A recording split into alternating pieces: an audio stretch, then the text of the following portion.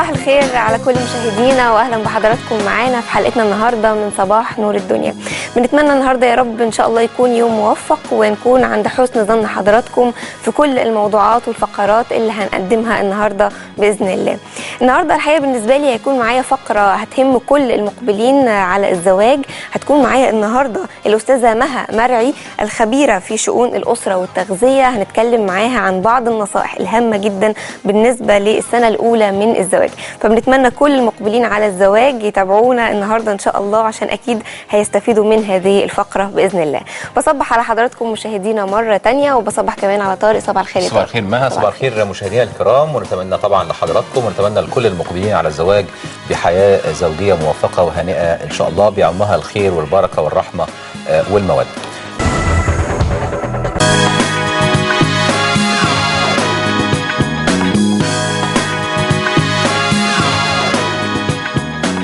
صباح الخير مشاهدينا واهلا بحضراتكم معانا من جديد.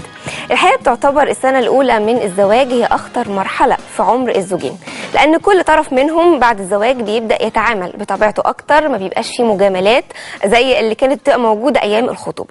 والخبراء اثبتوا ان اسباب المشاكل في السنه الاولى من الزواج بتنحصر في ان كل طرف بيكون جاي من مجتمع مختلف او من طبقه اجتماعيه مختلفه. ممكن ده بيخلق نوع من يعني الاحتكاك ونوع من التضارب في الافكار، بالاضافه الى برضو ان يكون في مشاكل اقتصاديه وظروف ماديه صعبه في السنه الاولى من الزواج. النهارده احنا حابين نعرف ازاي ممكن السنه الاولى من الزواج تكون سنه سعيده نتخطى كل المشاكل اللي ممكن تواجهنا فيها. النهارده ضيفتي وضيفه حضراتكم في هذا اللقاء هي الاستاذه مها مرعي الخبيره في شؤون الاسره والتغذيه. استاذه مها صباح الخير يا فندم واهلا بحضرتك. اهلا وسهلا. ازيك يا مها؟ اهلا بيكي. انا سعيده جدا بوجود حضرتك طبعا معانا ومشرفانا ومنورانا اكيد. ربنا يحفظك. انا اللي سعيده جدا بوجودي معاكم وربنا يجعلها دايما قناه جميله وموفقه، وتحياتي لفريق العمل الجميل في البرنامج الرائع ده. شكرا لحضرتك. يعني استاذه مها قبل ما نبدا في موضوعنا، احنا طبعا شايفين مع حضرتك في بعض الدروع اللي حضرتك اخذتيها في بعض المهرجانات، فيا ريت حضرتك تكلمينا عنها بالتفصيل. هو أنا يعني الحمد لله بحب قوي الشباب والبنات العرايس المقبلين على حياة زوجية إن شاء الله تكون سعيدة. من حوالي 9 سنين ساهمت في تأسيس جمعية خيرية وليا في العمل التطوعي، فبنعمل أفكار كتير تنمي الأسرة وتحارب البطالة بأساليب بسيطة وما تكلفش. تمام. يعني الشاب النهاردة بيتخرج من الجامعة أو أيا كان معاه شهادة بيعاني من البطالة، فبتكون عبء عليه وبتكون عائق إن هو يبتدي حياة زوجية، وهو طبعا ما عندوش مورد رزق. فابتديت يعني أقول أفكار تساعد في تنمية دخل الأسرة، زي يعني تخلقي فرص للشباب، فرص ممكن تساعدهم ان هم يبداوا حياة جديدة، حياة اجتماعية سليمة. بالظبط. فطرحت فكرة ان احنا نعمل اكسسوارات اللي البنات او الشباب ممكن يشتركوا فيها. فكرة ان انت تعملي الاكل وتغلفيه. الفكرة دي حقيقي منتشرة وقد ايه مربحة، وفي نفس الوقت مش عايزة منك رأس مال إلا يعني مبلغ بسيط قوي. خامات بسيطة بتتجاب ممكن نعمل منها حاجات حلوة تجيب لنا عائد مادي كبير. جميل قوي. كمان فيها ميزة ان انت بتعملي المشروع في بيتك. يعني انا ممكن في بيتي بعمل مثلا مشروع كحك. احنا لسه خارجين من عيد الفطر. طبعا اكلنا الكحك والبيتي فور والبسكوت. كل سنة وحضرتك طيبة. طبعا متأخرة شوية. لا ابدا، انت كلك ذوق. فاحنا ممكن نعمل المشروع ده ازاي؟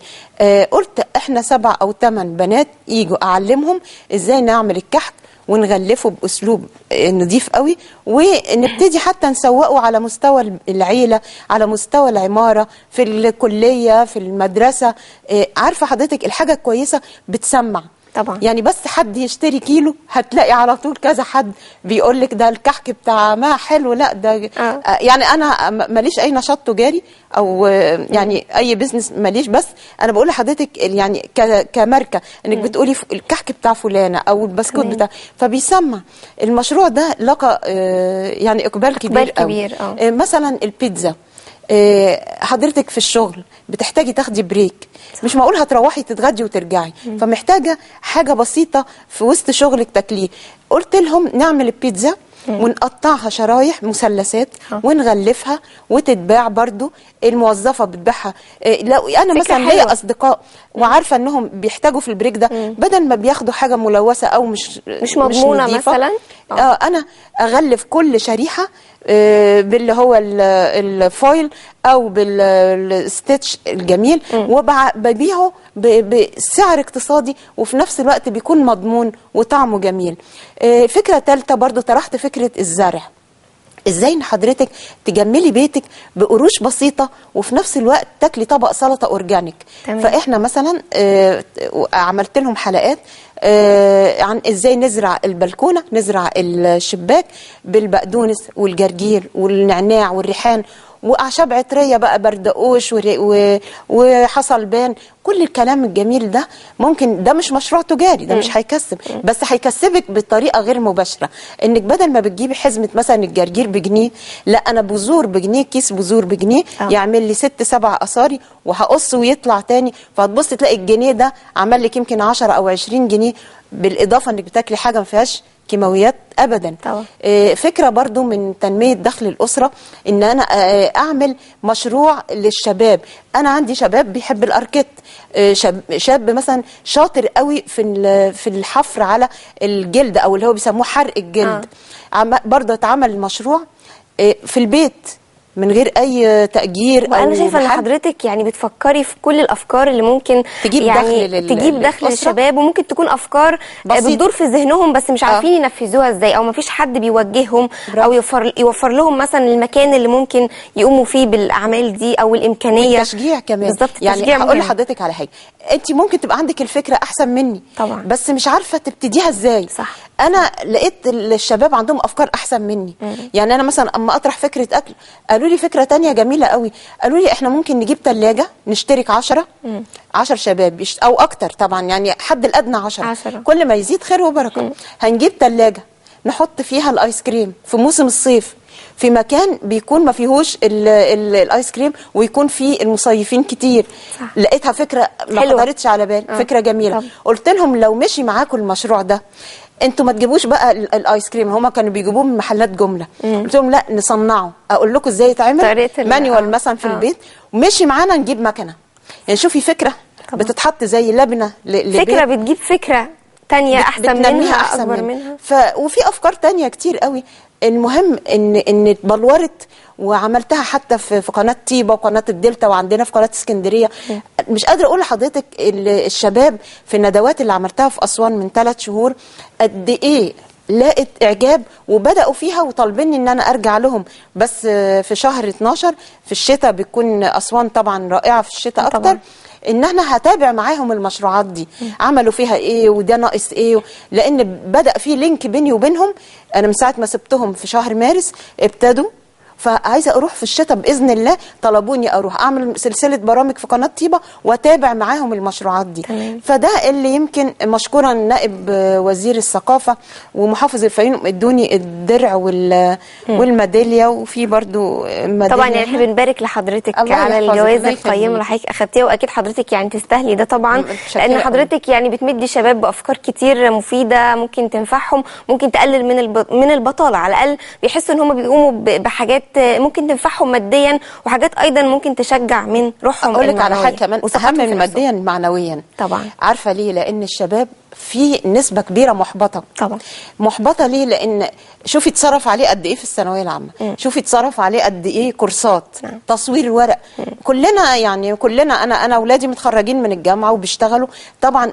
اقدر اقول لك قد ايه مروا يعني عشان يوصلوا مهندسه والكبيره بتحضر ماجستير في الحضاره الفرعونيه. عايزه اقول لك ان الجيل ده لو هم شباب، طب دول بنات، يعني انا اولادي بنات، لو دول شباب مشكلتهم اكبر طبعا. لان البنت مثلا لما تتجوز اللي بيتولى عبء الصرف الراجل، الزوج طبعا أكيد. هي لازم هتشتغل وتساعد. بس انا كأم لو عندي ولد هيبقى العبء بتاعه اكبر من المسؤوليه الماديه هو بتكون اللي عليه بيفتح هو البيت اكتر طبعا. هو اللي محتاج يشتغل. يعني لو فرصه عمل للاثنين انا ابدي الشاب عن البنت، والبنات ما يزعلوش، ما انا عندي بنتين ما عنديش صبيان، بس انا بقول كلمه حق. لا دي حقيقه وواقع، يعني الولد طبعا هو اللي بيفتح البيت، هو المسؤول في الاول في الاخر على ان هو يصرف على البيت وعلى الاسره الموجوده. مفيش مانع ان البنت تكون يعني بتشتغل او بتساهم معاه، لكن الجانب الاكبر بيكون على للشاب. فانا حرصت قوي ان اطرح الافكار دي واخلي الشباب والبنات الاثنين، يعني الاثنين كنت بقول لهم ايه، احنا هنقعد فريق عمل، اللي هيجي معايا الفريق اللي هيبقى معايا مثلا على الاقل 10 بنات، هنبتدي نعمل المشروعات الاكل، اكسسوارات، هنتكلم بالتفصيل، بس الولاد هيبقوا هم الدليفري. تمام. يعني نقسم العمل، اللي هيوصل بقى البيتزا والاكل للبيوت الشباب، احنا البنات اللي معايا شغلنا جوه، يعني احنا الاندور وهم الاوتدور، او احنا اللي جوه المقر بتاعنا، والشباب هو اللي عليه التوصيل. ممكن تجيلك طلبيه في محافظه ثانيه، يعني في اسوان قالوا لنا ان ممكن نطلع في الاقصر وسوهاج وقنا، فالافكار كتير. والشباب زي الفل، شبابنا في مصر والله شباب الحمد لله يعني بس هم يمكن محتاجين بس حد يوجههم، تشجيع وتوجيه طبعا اكيد. طيب استاذه مها، عايزين نبدا موضوع بقى حلقتنا وهو عن السنه الاولى من الزواج. عايزه اعرف من حضرتك، هل نجاح السنه دي يعني بياتي بعد الزواج ولا بيكون من قبل الزواج، من بدايه فتره الخطوبه؟ من قبل الخطوبه كمان، اللي هي مرحله الاختيار. تمام. حسن الاختيار. اهم خطوه انك لازم تختاري على اساس صح شريك حياتك، وشريك الحياه يختار على اساس صح. هي العمليه بسيطه جدا ومحسومه. الحديث شريف بيقول اذا جاءكم من ترضون دينه فزوجوه الا تفعلوا تكن فتنه في الارض وفسادا كبير. يبقى انا لما يجي عريس لبنتي يتقي الله، يخاف ربنا. اللي يخاف الله ما تخافيش منه. اللي بيخاف الله ما تخافيش منه، لانه احبها اكرمها، ان احبها اكرمها، وان كرهها لم يظلمها. ممكن في يوم من الايام القلوب تتقلب بين يدي الله، فممكن في يوم من الايام القلوب تتحول من سواء من الزوج او الزوجه، يعني ممكن يحصل يعني تغير في المشاعر، ولكن مش هيأذيها او مش هيظلمها، لم يظلمها، لانه بيخاف الله. اللي يخاف الله بقول لك ما تخافيش منه. جائك من ترضون دينه على طول. هنيجي بعد كده للطباع. ما انا ممكن يكون صاحب دين بس طباعه مش متوافقه مع طباعي، يبقى احنا بس خدنا الضوء الاخضر ان العريس ده متوافق عليه مبدئيا لانه يخاف الله، ما ظلمش، ما خدش رشوه، ما عملش اي شيء يغضب الله. طب في اختيار العريس للبنت، اظفر بذات الدين تربت يداك. عندي ولد في سن للزواج قدامه كذا عروسه، لا انا اشوف اكثرهم تدينا وتدينا صدقيني، مش شكلا وموضوعا. نعم. بالامانه. الحجاب لوحده لا، انا حجاب مع اخلاق، مع خوف الله نفسه، مع تقى الله. وفي نفس الوقت البنت دي لازم تكون من بيت صالح، طبعا البنت والولد، بس انا بركز لان هي دي هتبقى ام في يوم من الايام، هي اللي هتربي الاجيال اللي جايه. والام مدرسه، اذا اعددت شعبا طيبا الاعراف. يبقى انا لما اشوف البنت من بيت صالح، شفتها بتحترم والديها، شفتها عايشه في جو اسري محترم، بتحافظ على عاداتها وتقاليدها، عارفه العيب عارفه الغلط، عايزه تعيش. انا الجمله دي لسه سامعاها، يعني انا زي ما قلت لحضرتك قريبه قوي من الشباب، شباب وبنات بيعتبروني ام تانية ليهم، فالكل بيفتح لي قلبه. والله عندي شاب يعني انا بعتبره ابني، كل ما يكلمني يقول لي انا عايز اتجوز واحده تعيش. تعيش يعني ايه؟ يعني تستحمل الحلوه والمره، تستحمل ظروفه، تضحي، عايزه تحتويه. السر النجاح في الحياه الزوجيه في سنه اولى وفي سنه تانية ولغايه اخر العمر الست. الطرفين مهمين بس الست. طيب استاذه ما انا هستكمل مع حضرتك الحوار، لكن معانا على التليفون محمد من بورسعيد. صباح الخير يا استاذ محمد. استاذ محمد. ايوه اهلا بحضرتك. صباح النور يا فندم. اهلا بحضرتك. اهلا بيك. ايوه بحضرتك. اتفضل يا استاذ محمد. اهلا بحضرتك. والله انا سمعت كلام الاستاذه، فالكلام مقنع جدا. يعني احنا نفسنا برضو ان بورسعيد نعمل مشروع كده برضو. تحت امرك.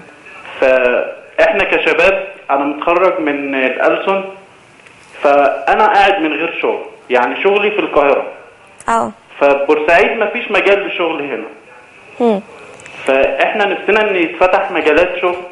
طب ليه يا يعني محمد مفيش فرصه؟ يعني انت خريج ألسن، اكيد معاك لغه، مش لغه واحده، ممكن يكون معاك لغتين او اكتر. ليه مثلا ما دورتش انت تشتغل في مجال السياحه او الترجمه او غيره؟ هو مجال السياحه والترجمه دوت عايز في القاهره، لان انا كنت شغال في القاهره قبل الجواز، فلما اتجوزت يعني لازم اكون قاعد في بلدي طبعا. فانا دورت هنا في شركات، فالمرتبات حتى ضعيفه جدا كمان. يعني لازم اشتغل شغله في شركه وبعد كده بعد الظهر شغله، ده مفيش مشكله، بس حتى المرتبات ما بتكفيش. نعم. يعني فاهمه؟ على العموم يا استاذ محمد بشكرك جدا على مداخلتك معانا، واستاذه مها هترد على حضرتك. شكرا ليك. اتفضلي يا انا بشكر استاذ محمد على متابعته. نموذج، انا لسه كنت بقول لك نموذج للشباب الطموح. هو يعني عنده مشكله ان المرتب، وعلى فكره دي مشكله كل او معظم يعني الشباب، ممكن يشتغل الصبح وبعد الظهر وبرضه ده لازم بيبقى قليل. وبعدين المشروع اللي انا كنت لسه بقول لحضرتك، المشروعات اللي انا طرحتها مش عايزه مكان، دي احلى حاجه فيها انك جوه بيتك او في مساحه اوضه حتى ممكن بنتجمع وبنعمل المشروعات دي. انا هطرح للاستاذ محمد فكره بسيطه برضو نجحت ولقت نجاح كبير قوي في المدن اللي انا عملت فيها الندوات. وعلى فكره استاذ محمد انا بتوجه لحضرتك بالشكر، واذا يعني تمت دعوتي يبقى انا هلبيها بكل ارتياح وبكل سرور. انا مستعده اجي لكم في بورسعيد ونعمل الندوات زي اللي عملناها في اسوان وفي اي محافظه في مصر. انا متطوعه اذا جات لي اي دعوه لاي محافظه في جمهوريه مصر، ان انا من عينيا الاثنين اجي وتحت امركم ونطرح الموضوعات دي وعممها على مستوى جمهوريه مصر، لانها نجحت جدا في اسوان. واسوان من ساعه ما السياحه تدهورت فيها لجأوا يعني لقت الفكره بتاعتي رواج كبير جدا، سواء اكسسوارات سواء اكل سواء كمان مشروعات تانية موسمية زي الكراسات. لما بتفتح المدارس، احنا دلوقتي على ابواب المدارس ممكن نعمل مشروع ورق، ممكن نعمل لكم ندوة ازاي نكسب قوي من الكشاكيل والورق وازاي نسوقه، ممكن نعمل ندوات كتير. فانا تحت امركم وتحت امر بلدي في اي وقت وفي اي مكان وفي اي محافظة. انا من عناية الاثنين متطوعة. بالنسبه للاستاذ محمد وشبابنا، نطرح بقى موضوع زي الاكسسوارات.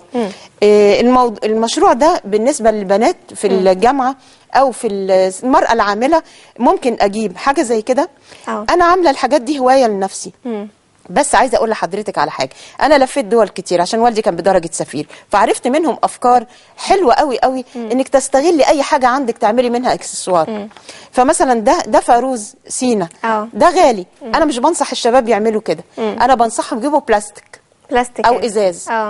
ما تبتديش على فكره اي مشروع غالي، لانك هيبقى صعب قوي تسويقه، تكلفته كمان هتبقى عاليه عليه، يعني على الشخص اللي بيعمل المشروع، وممكن ما حدش مثلا مش هيقبل على حاجه غالي. هيبقى غالي. ابتدي. وبعدين هقول لك على حاجه، انت مش ضامنه يعني لا قدر الله طبعا علي ان اسعى وليس علي ادراك النجاح. انا هبذل قصارى جهدي وهعمل كل حاجه، بس افرضي انه ما نجحش او ما تسوقش، يبقى على الاقل راس المال اللي حطيته بسيط.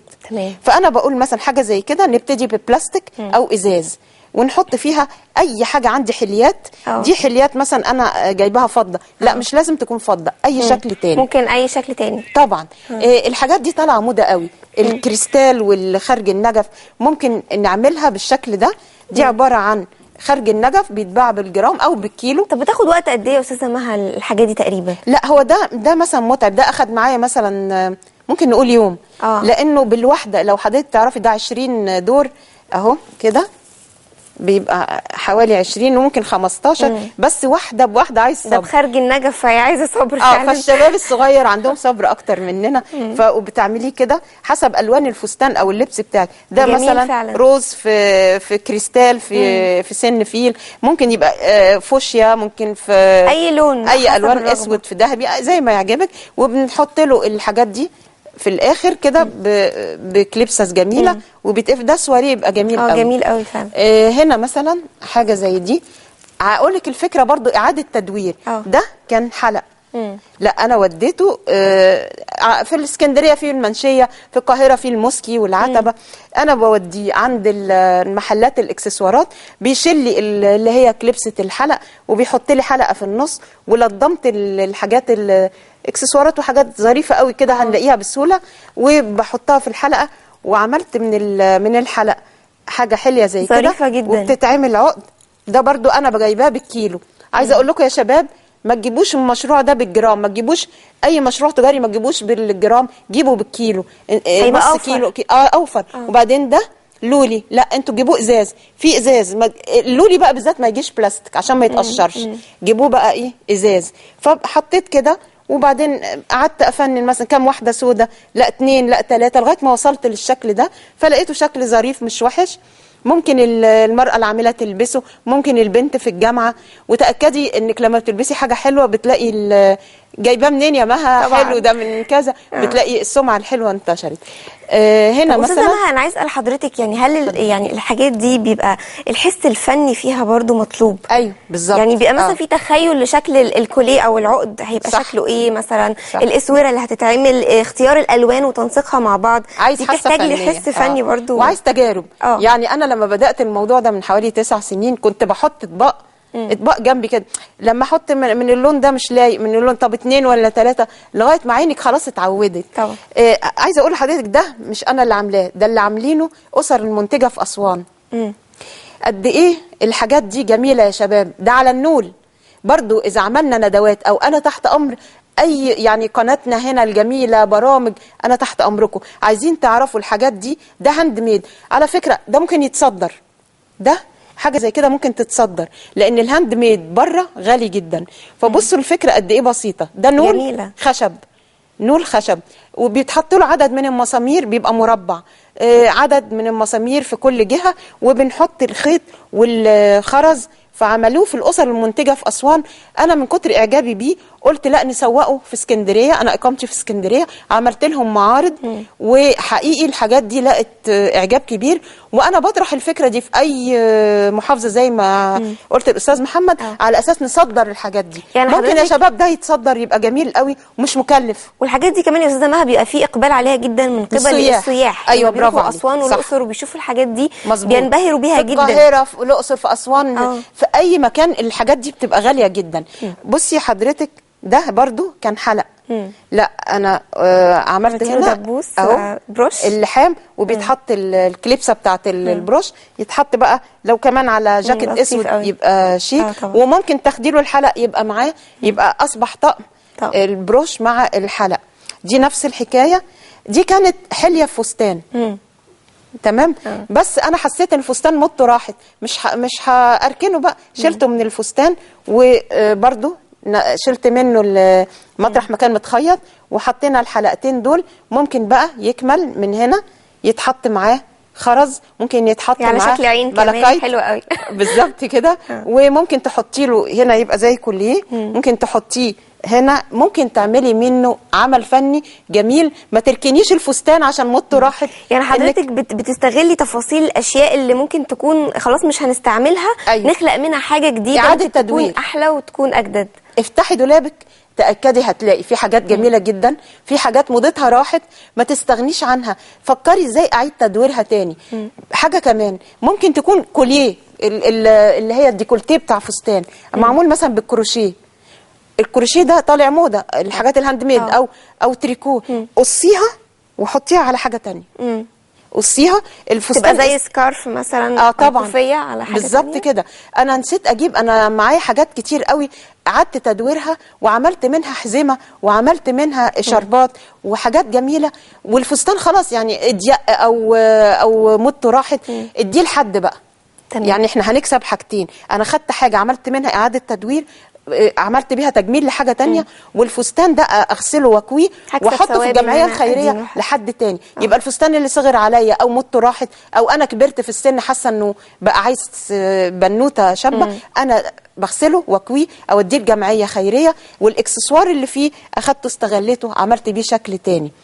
فدي برضو من ضمن الافكار اللي بتوفر لك، وفي نفس الوقت بتخليكي دايما متجدده ومش عايزه ميزانيه. انت ممكن بالبلوزه الجميله اللي انت لابساها، ما حطيتي عليها شرب، حطيتي عليها حاجه زي كده، بقول لك انت جايباها جديده. تغير الشكل كله. طبعا. طبعا. فكل الموضوعات دي افكار جديده، المشروعات، عشان النهارده مش عايزين شبابنا يقول في بطاله. لا، احنا صدقيني في افكار جميله جدا. في كمان السياحه عندنا بتطلب اعمال الجريد. في اسوان لقيت اطباق من الجريد، لقيت من شغل البيئه، لقيت من النوى البلح اعمال فنيه رائعه وبيقبل عليها السياح. طيب هستاذن حضرتك ناخد مدام شهيره من اسكندريه. صباح الخير يا مدام شهيره. صباح النور. بنعتذر لحضرتك على التأخير. لا أبدا، صباح الخير. أنا عايزة أشكر حضرتك. شكرا لك. وأشكر البرنامج الجميل وفقراته دايما رائعة بصراحة. ميرسي يا فندم، شكرا ليك. حابة كمان أشكر مدام مها، وفرصة سعيدة إن حضرتك منورة في القناة. والله أنا سعيدة بكلام حضرتك، لأن المواضيع اللي حضرتك طرحتيها هي مواضيع الساعة. الله يكرمك. ويعني مثلا بداية من موضوع الجواز، هو فعلا لازم نعرف إن في مشكلة، وان مع الاسف الطلاق زاد قوي الفتره دي. فاحنا حابين ان حضرتك تعرفي الناس الاسباب ايه المشكله دي ونعالجها ازاي. حاضر. زي ما حضرتك طرحتي الافكار الجميله دي، كمان الشباب اللي حضرتك بتديله امل في المشروعات الصغيره. يعني الناس محبطه جدا والشباب محبط، فيعني حضرتك طلعتي كده نور اخضر يعني يديلهم امل بصراحه. يعني كتر خير حضرتك، وافكار جميله جدا. وكمان موضوع الاكل.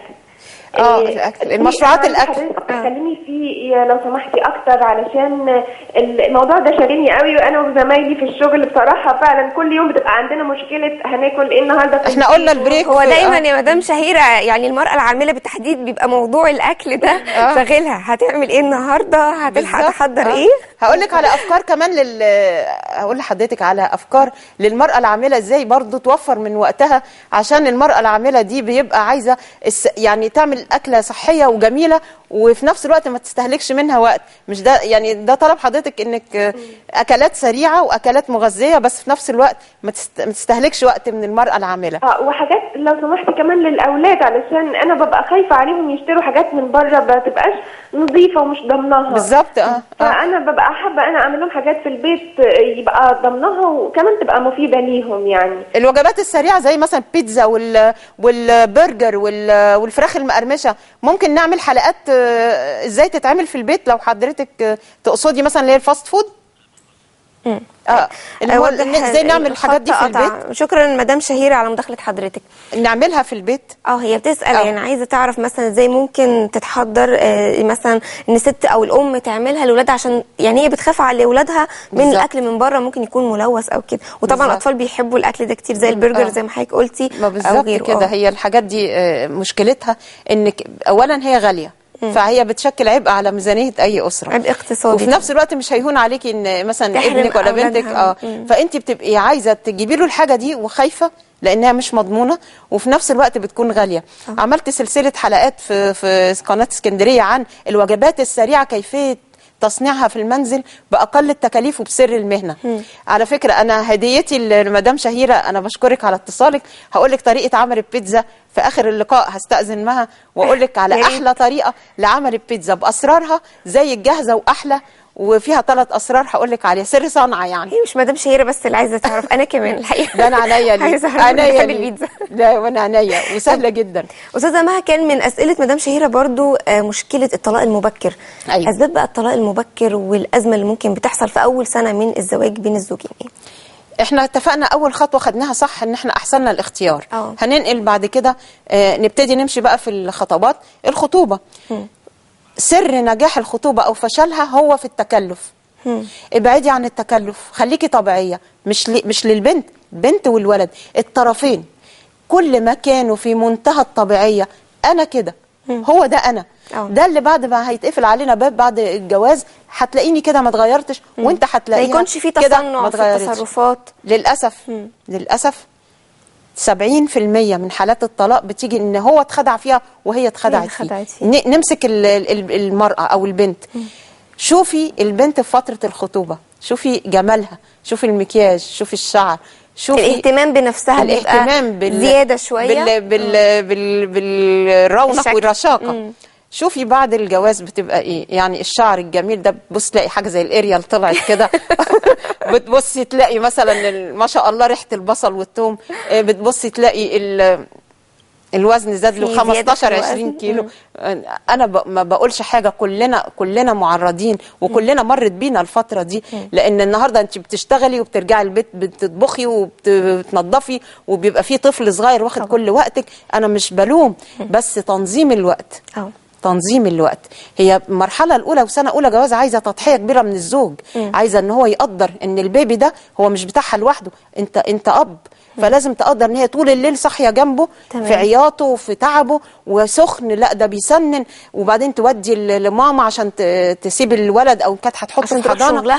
لا طبعا انا بقول الكلام ده اللي ليا واللي عليا، او ما بتجناش على طرف قصاد الطرف الثاني. بس انا بتكلم انك انت لسه مثلا ما جاش البيبي، او لسه مشغوله بنفسك، او ضمنتي انك خلاص اتجوزتي الانسان اللي انت عايزه ترتبطي بيه، ما تفقديش رونقك، ما تفقديش جاذبيتك. اهتمي زي ما كنتي في الخطوبه بتهتمي بشعرك وبمظهرك وبجسمك، برضو انت لما يكون الزوج في العمل خلصي شغل البيت على قد ما تقدري. لحظه انت عارفه هيجي الساعه كام، بتبصي تلاقي نفسك لبس المطبخ مش هو يبقى نفسه اللي ريحته بصل وثوم، لا انا خلاص بقى. هل لما كنت في الخطوبه كنت هتستقبلي برضو بريحه الثوم والبصل والتقليه؟ مش معقول. لازم انت برضو تراعي انه ما يتصدمش، ما يقولش انا اتدبست يعني بالعربي كده.